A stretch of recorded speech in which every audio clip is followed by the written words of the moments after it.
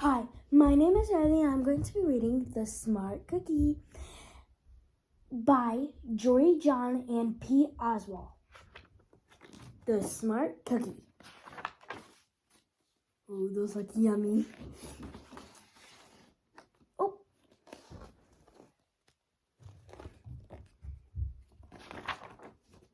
The Smart Cookie.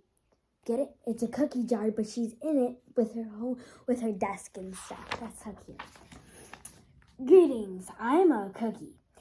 I live in the bakery on the street corner near a river. Come on in.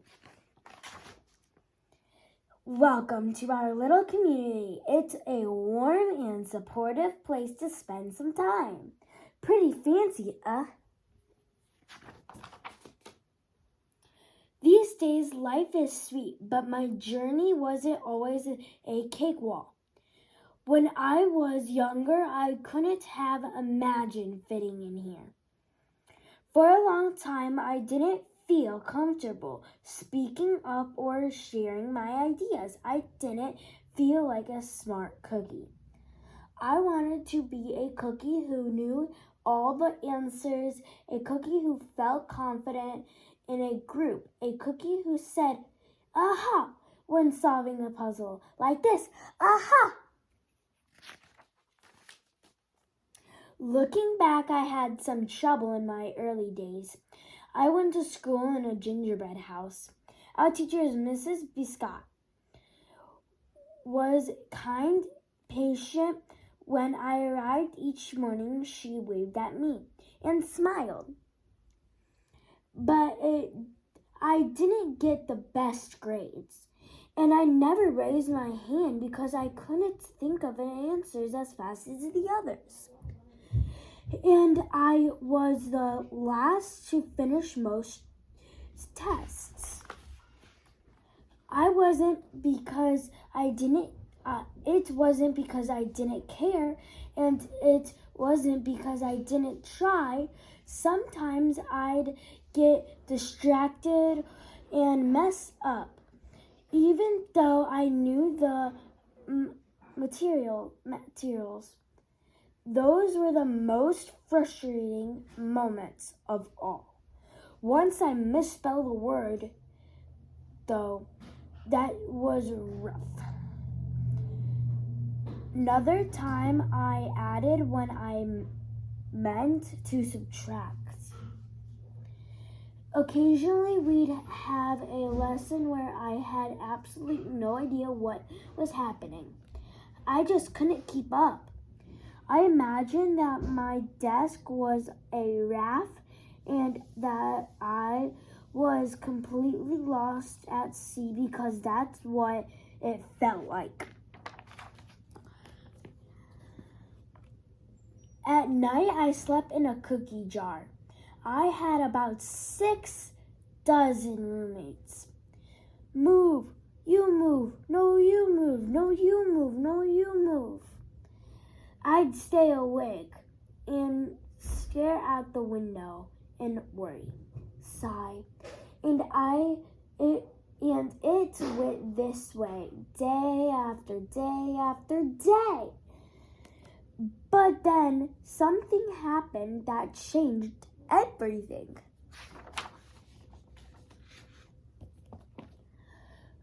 It all started with a homework assignment. Mrs. Biscan requested our attention one afternoon. Tonight, I would like you to create something completely original. She announced it can be anything you want. Please bring it to class tomorrow. That was it. There were no future instructions. Mrs. Biscant winked at me as I gathered my belongings. I felt like I had millions of butterflies in my stomach. Create anything? Something original? Dude, tomorrow? Gulp. When I got home, I immediately went to work. At first, I tried a cooking project. The results were half-baked. Next, I tried to hammer and nail something. It split immediately. Then I tried to making a sculpture. It was a complete bust. I wondered if I was about to fail yet. Another assignment, I was stuck. I stared out the window and watched the rain hit the river. There was something mysterious about the water, how it moved in such a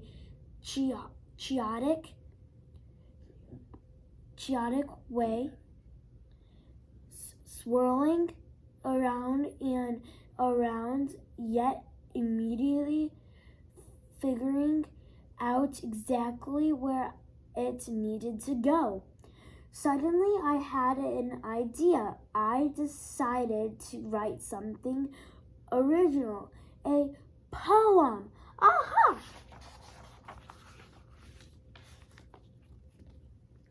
I came up with a title based on how I've been feeling, my crumpy days. After that, the rest of it seemed to fall into place. I wrote, and I wrote. I lost track of time. An hour went by in a flash. Aha, I said when I finished. I couldn't sleep that night, but it wasn't because I was worried. It was because I was excited. I felt like I had really accomplishment something. I felt smart. The following day, Mrs. Scott asked for volunteers to share what we'd created. One kid showed off his original frosting art. Another kid revealed her sprinkle distribution machine. It was neat seeing how everyone was good at such different things. Finally, Mrs. Scott turned to me. Would you like to share anything? She asked. Gulp. I gulped. I thought I'd probably crumble under the pressure. But I made my way to the front of the classroom. I noticed my hands were shaking. My mouth went dry. This poem is called My Crumbly Days, I said, my voice crackling, and then I read it out loud. As I spoke, I noticed some kids nodding at creation lines.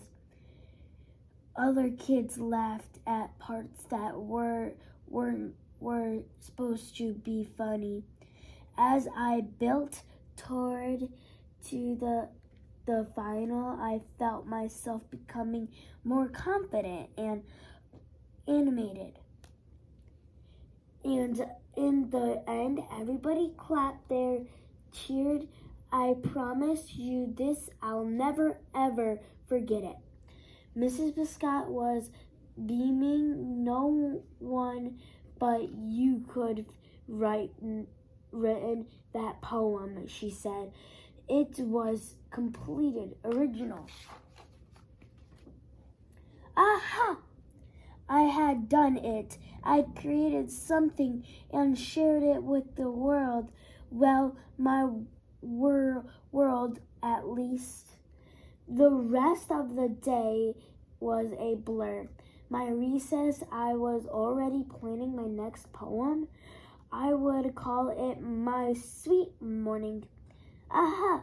I thought when I came up with the title. Later that afternoon, Mrs. Viscott handed me a note. It said that I should keep on writing no matter what. That means so much to me. School was a bit different after that. I wasn't so scared to raise my hand or ask questions or share my work. Sure, some things still don't come as easily for me as they do for others. You don't, oh, my bad. But now I know that you can be smart in many different ways. You don't have to have the answers to even questions or study suddenly, but be great at everything all at once. You just need a change to try all kinds of things, to find out who you are and what you like to do. Yummy food. As for me, I learned that I can write and I can think up great ideas, and I found plenty of other things I'm good at too. I no longer feel lost at sea. It's more like floating down a river. And the best part is there's always more to learn. Always more to learn. Poetry night. Because we're all smart cookies. Aha, aha.